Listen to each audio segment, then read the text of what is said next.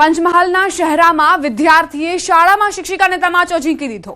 વિદ્યાર્થી પરીક્ષામાં મોડો આવતા શિક્ષિકાએ કારણ પૂછ્યું। વિદ્યાર્થીએ ઉશ્કેરાઈ શિક્ષિકાને તમાચો ઝીંકી દીધો। શ્રીમતી એસ.જે. દવે સાર્વજનિક હાઈસ્કૂલમાં આ બનાવ બન્યો। સમગ્ર ઘટનાના સીસીટીવી પણ સામે આવ્યા। શિક્ષિકાએ વિદ્યાર્થી સહિત 4 સામે નામજોગ અને અન્ય 15 થી 20 શખ્સો સામે પોલીસ ફરિયાદ નોંધાવી છે। વિદ્યાર્થી સહિતના અન્ય શખ્સોએ ધમકી આપી હોવાનો પણ ફરિયાદમાં ઉલ્લેખ કરાયો છે। પોલીસે ફરિયાદના આધારે 3 આરોપીની અટકાયત કરી। પોલીસે કાયદાનું ભાન કરાવી આરોપીઓને સાથે રાખી શિક્ષિકાની હાજરીમાં ઘટનાનું રિકન્સ્ટ્રક્શન કર્યું છે। સવાલ અહીં એ થઈ રહ્યો છે કે આખરે કઈ રીતે આપણા બાળકો આ હિંસક પ્રવૃત્તિઓ કરી રહ્યા છે। આ પહેલા પણ અનેક ઘટનાઓ સામે આવી ચૂકી છે।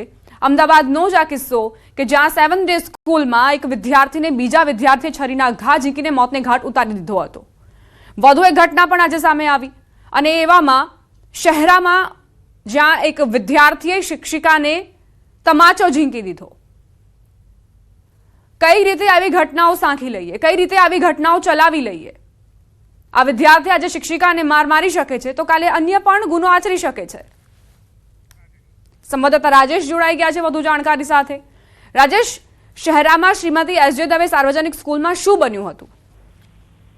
શહેરાની જે એસ.જે. દવે સાર્વજનિક સ્કૂલ છે તેમાં પરીક્ષા દરમિયાન વિદ્યાર્થી મોડો આવતા એક શિક્ષિકા હતા જે નિરીક્ષક હતા તેઓએ મોડો આવવાનું કારણ પૂછતા ત્યાં વિદ્યાર્થી ત્યાં ઉદ્ધત કર્યું હતું અને મહિલા શિક્ષિકાને લાફો મારી દીધો હતો।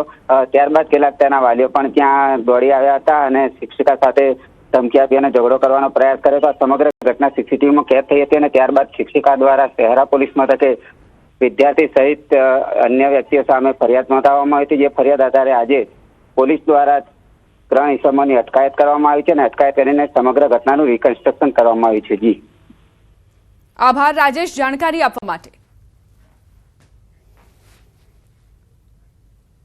સમાચાર અમદાવાદથી, જ્યાં સ્કૂલમાં મારામારી અંગે પોલીસનું નિવેદન।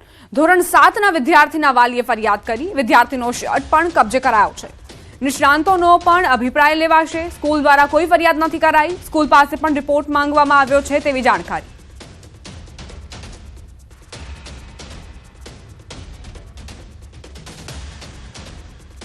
ફરિયાદીએ જણાવેલ છે કે એના દીકરાના શર્ટના બટન છે બ્લેડથી કાપેલા છે। જે શર્ટ હતો જેના બટન તૂટેલા છે શર્ટ અમે કબજે કરેલો છે અને આ શર્ટ બાબતે અમે આગળની તપાસ કરીશું કે ભાઈ આના ઉપર કોઈ બ્લેડના નિશાન એવા કે બ્લેડના મારસ કે બ્લેડની ઇન્જરી કોઈ જોવા મળે છે કે કેમ। જે વિદ્યાર્થીનો શર્ટ તૂટેલો તે શર્ટ પોલીસ દ્વારા કબજે કરવામાં આવેલ છે।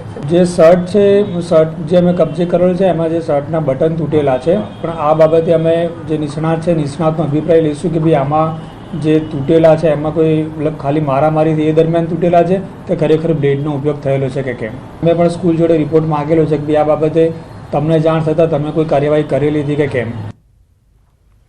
તો આ તરફ રાજ્યના શિક્ષણ મંત્રીએ પણ 7th ડે સ્કૂલમાં મારામારી મામલે નિવેદન આપતા કહ્યું હતું કે આ અંગે અધિકારી પાસે અહેવાલ મંગાવી શિક્ષણ વિભાગે તપાસનો આદેશ આપ્યો છે। જે વિદ્યાર્થીઓ વચ્ચે મારામારી થઈ છે ત્યારે એ બાબતે શિક્ષણ નિરીક્ષકને પણ તપાસના આદેશ આપી અને અહેવાલ મંગાવ્યો છે અને ડીઓને ઘટનાની જાણ નહીં કરીને ઉદાસીનતા દાખવવા બદલ શાળાને પણ કારણદર્શક નોટિસ પાઠવી અને ખુલાસો માંગવામાં આવે છે। અમદાવાદની 7th ડે સ્કૂલ ફરી એક વખત વિવાદમાં આવી છે। ધોરણ 7ના વિદ્યાર્થીઓ વચ્ચે મારામારી થઈ। 4 વિદ્યાર્થીઓ વચ્ચે બાથરૂમમાં મારામારી થઈ। સમગ્ર મામલે ડીઓને જાણ ન કરાતા કાર્યવાહી હાથ ધરાઈ હતી। 7મા ધોરણના બાળકો વચ્ચે આ પ્રકારની જે મારામારી થાય એ ચિંતાનો વિષય છે।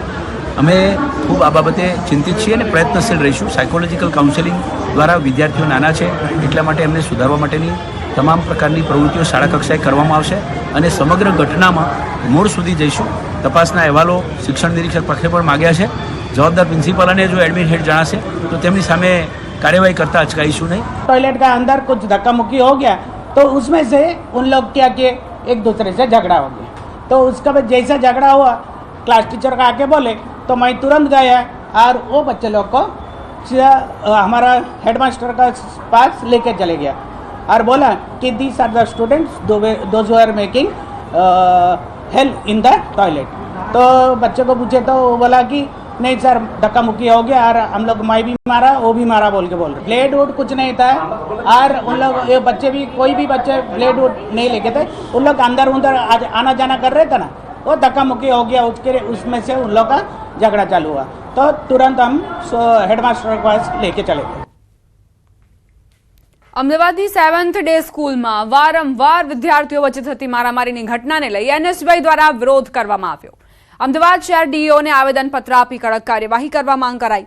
એનએસયુઆઈએ વિરોધ કરી જણાવ્યું કે શાળાની અંદર મારામારી અને ગુંડાગીરીને રોકવામાં શિક્ષકો, પ્રિન્સિપાલ અને ટ્રસ્ટીઓ સંપૂર્ણપણે બેદરકારી દાખવી રહ્યા છે તેમજ તાત્કાલિક કાર્યવાહી અને જવાબદાર અધિકારીઓના રાજીનામાની માંગ કરાઈ છે। આવી ઘટનાઓથી વાલીઓ, વિદ્યાર્થીઓ અને સમાજમાં ભય અને અસુરક્ષાનો માહોલ સર્જાયો છે, જેથી શાળાના પ્રિન્સિપાલ, ટ્રસ્ટીઓ અને સંબંધિત જવાબદાર અધિકારીઓએ તાત્કાલિક રાજીનામું આપવું જોઈએ તેમ માંગ કરી। 2 મહિના અગાઉ પણ ગુજરાતના શિક્ષણ જગને શરમજનક કરતી ઘટના 7 ડે સ્કૂલમાં બની હતી। એક વિદ્યાર્થીનું મૃત્યુ થયું હતું।